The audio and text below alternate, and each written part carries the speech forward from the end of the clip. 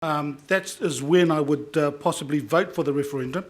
What I think is hypocritical and ironic is that we get this now, and it's going to cost about 500, possibly 580,000, and the councillors putting this through are the ones that voted against the long-term plan, because it's going to cost money and put it on ratepayers, and I wouldn't be surprised if those councillors actually vote for this.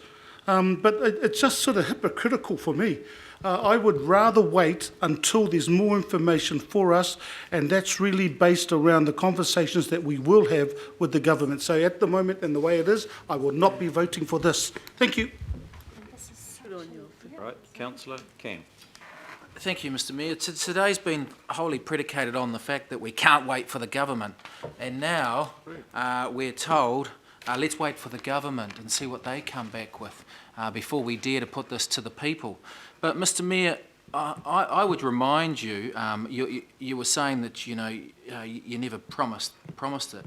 But what you did say in 2011 was, quote, if we had a referendum, then I think that would really clarify things and give a pretty strong mandate over and above the mandate I already have as the city. And you went on to a business lunch as well, and you said that strong community buy-in for tolls in a referendum at the 2013 local body elections would really strengthen the case with whoever was in government. And so to say, oh, let's not use it with the government at this point, I think it's the perfect opportunity to leverage it with the government. You're the first, and others around this table, to waive the LTP consultation documents as to, look at the support for user pays and the likes, and I think this would really strengthen your case. And the timing would be perfect, because as we know, and as well canvassed in this letter, the government are running out the whole transport accord until the local body elections, 3 months plus 12 months. And so to go in after, and they've said that it's a prerequisite for any government consideration of additional funding. So come local body election time in 15 months, Mr Mayor, they will be ready to look at funding. They would have done the accord, all things equal, and they will be ready. They're not talking funding now because it's not a prerequisite with the accord, it's after the accord. They will be ready in October to talk funding. You will present, as a re-elected mayor, you will present them with the result of the referendum, and it'll reflect,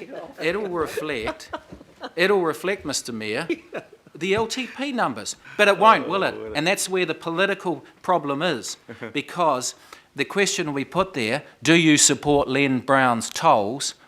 And we know what the result will be. It'll be a dire referendum result, and it won't be about tolls, and it won't be about funding. It'll be about something else in that question I just posed.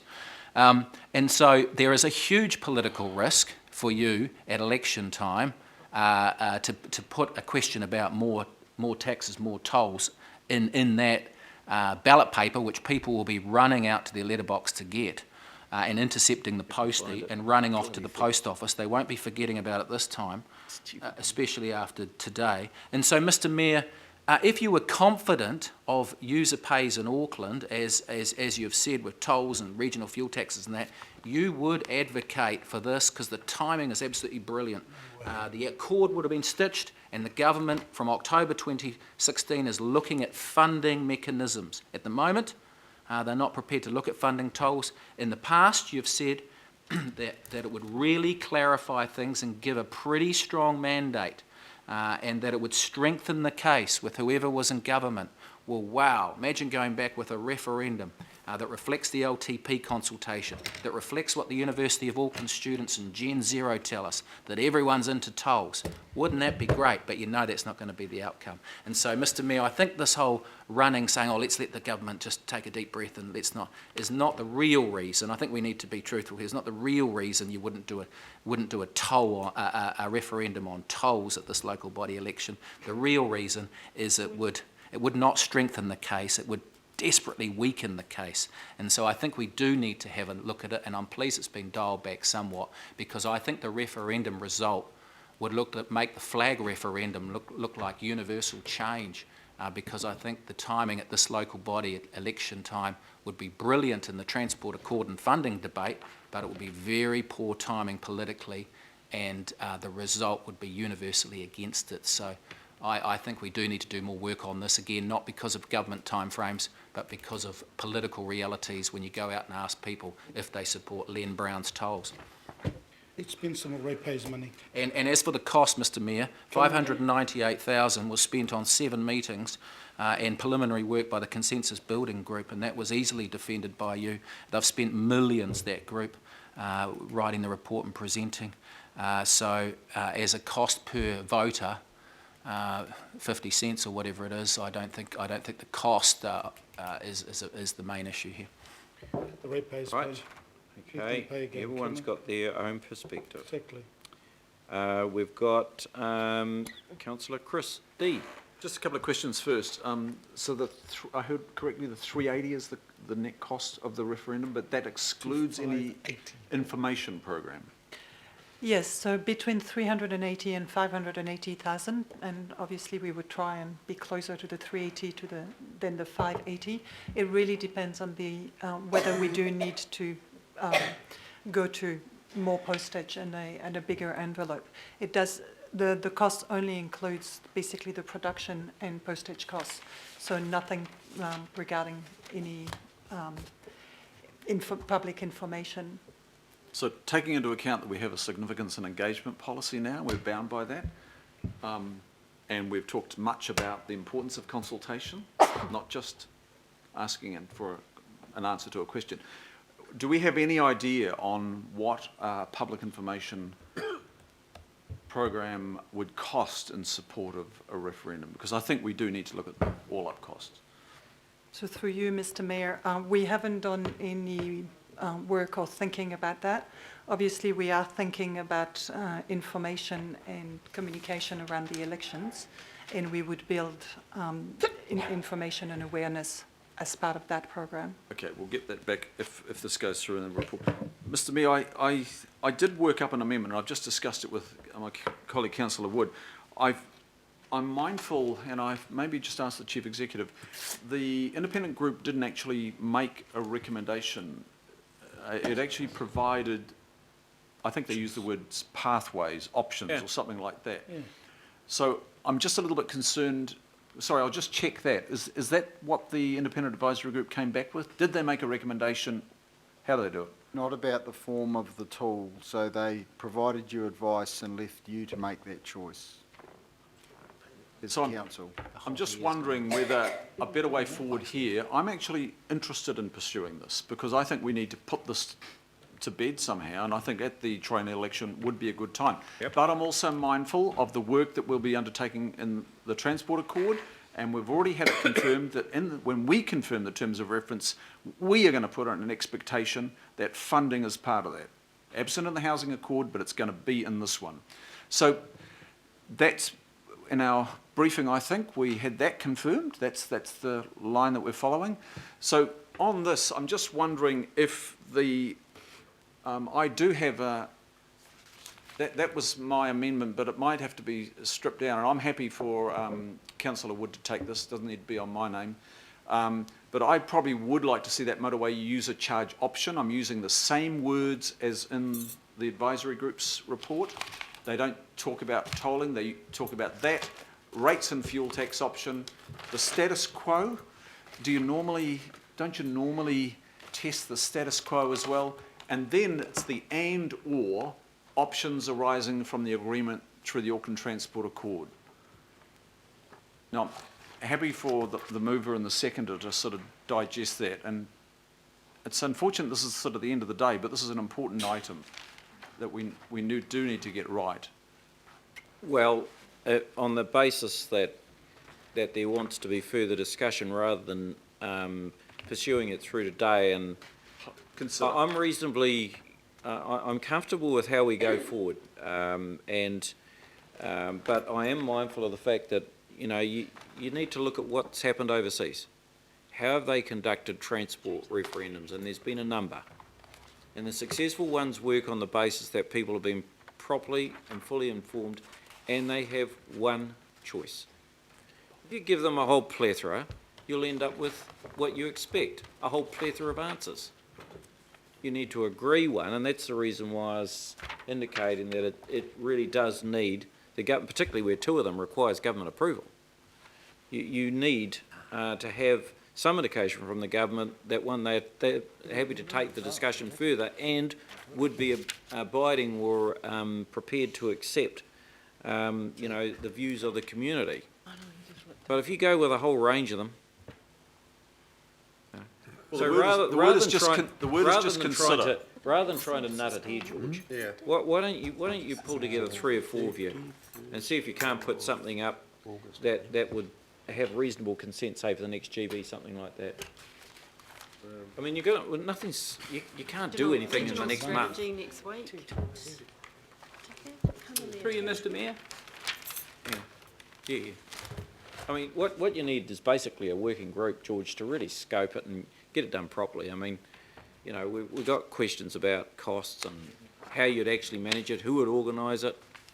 Come on, if you're doing it, it's got to be bloody serious. Yeah, sure. Okay, well, I mean, if I'm happy to do that, and happy to discuss it with the Democracy Services people, and obviously someone, if we're going to take it further, get some assistance with it as well. Well, you've got 2 or 3 people here. I mean, obviously Kathy would want to go in as your seconder. Chris seems to be pretty clean.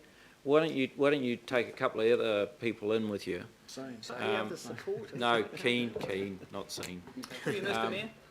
Councillor Wayne. I mean, if we are exploring this kind of thing, we should be exploring the tax per kilometre travelled. The state of Oregon next month will be engaging a trial. The legislation has passed through Congress that enables any number of states to have a tax per mile travelled as an alternative to fuel tax, and it also resolves this problem. Yep, hang on, stop. That trial is happening next month. Yeah, the point I'm making here, Wayne, is it's not so much about what the options are, it's the process around how you would deliver an option. Okay? And so the issues that you're raising are those that need to be a part of the discussion in the transport agreement accord. All right? The alternative funding group didn't even look at it. Yeah, I know you feel aggrieved about that, but this is not the time, I think, to actually work through what else could be in it. All I'm suggesting is to actually make some progress that George and Kathy and 1 or 2 others basically prep something that they could bring back to us for a bit more of an informed discussion at the next GB. Fair enough. How about that? Yep. Can I just go back and see what we'd changed the other one to? Well, I mean, I think this is only the first step. I think it really needs to be subject of a report from within the organisation, because Kathy and I and whoever assists us can ponder it and talk about it, but we don't have the expertise, and I think it is a matter that, I mean, that's only, it's requesting a report, we're considering a referendum. I mean, this, yeah, okay, so that's my position. Here we go, Chris. So you actually want to run with this? I mean, what I'm suggesting is that you would have a team to actually shape it, and you'd obviously work with officers. Well, I mean, I can't get officers to do very much, because I don't have the power to do that. So. Well, the decision that we could make here to establish a working party to consider a referendum and bring back a report next GB. Okay, I'm happy to do that. Yep. Right. And we need to. A working party consisting of Councillor George, Councillor Kathy, Councillor Chris. Who else wants to be on it? Yes, please. Councillor Wayne, Councillor Denise. That's good enough. And Chris Fletcher. Chris and Mike are actually councillors as directors on Auckland Transport. Yeah. Okay, I'm happy with that. We get the general idea? Yep. To consider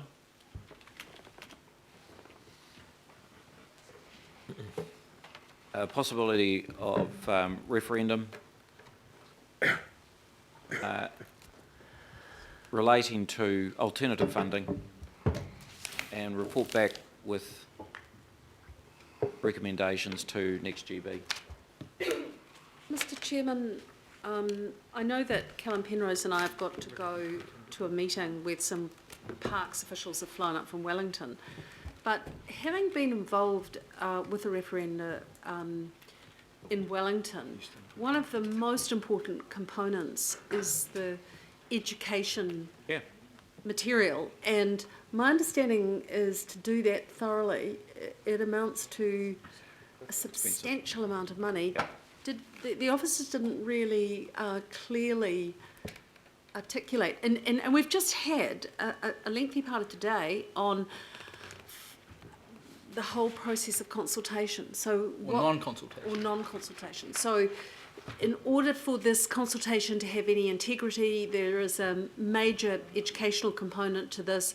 I would like to feel that if we are going to do this, that the group assigned to consider this and report back to the governing body will actually be able to incorporate that body of work as well. Can I get a response from officers? Yeah, well, that's just, it'll be part and parcel of their report back, I presume. Just quickly, Your Worship, we can find what we looked at purely to the electoral side of things. So, as you know, a poll is conducted entirely by the electoral officer. It's the electoral officer, in fact, statutorily, who decides what goes in the voting pack. So the costs that we've given you include one sheet, one A4 sheet with some background information. We have not looked at the wider community consultation, so I'm just suggesting to Marguerite that perhaps if we involve someone like Kenneth from consultation and engagement and that when working with the working party. That sounds really good. So George, Councillor George and Councillor Cathy, you've seen the recommendation, are you okay with that? Yep. Okay, we'll put it, all those in favour say aye. Aye. Those against? Pass. Thank you guys for that discussion. Now, I think it's time to... Why is there a meeting called? Chair, sorry, Chair, our governing body's still on, isn't it? Because we've got Going into confidential? confidential, yes. Oh, I'm just trying to figure out why appointments were made during the knowing that the governing body is meeting. Okay, Councillor, wait, hang on, I'm sure that there is a good reason, and it's also useful for us to continue to breathe through our noses. Item 15 was a little bit one's longer, gone. wasn't it, than Yeah, normal? it was. One's gone, Absolutely. one's staying. Okay, so I'm now going to move into confidential for all of the reasons set out here and before, with those individuals named thereto to remain here. Move that. Seconder, Councillor Arthur. All those in favour say aye. Aye. It's against passed. Couple of minutes.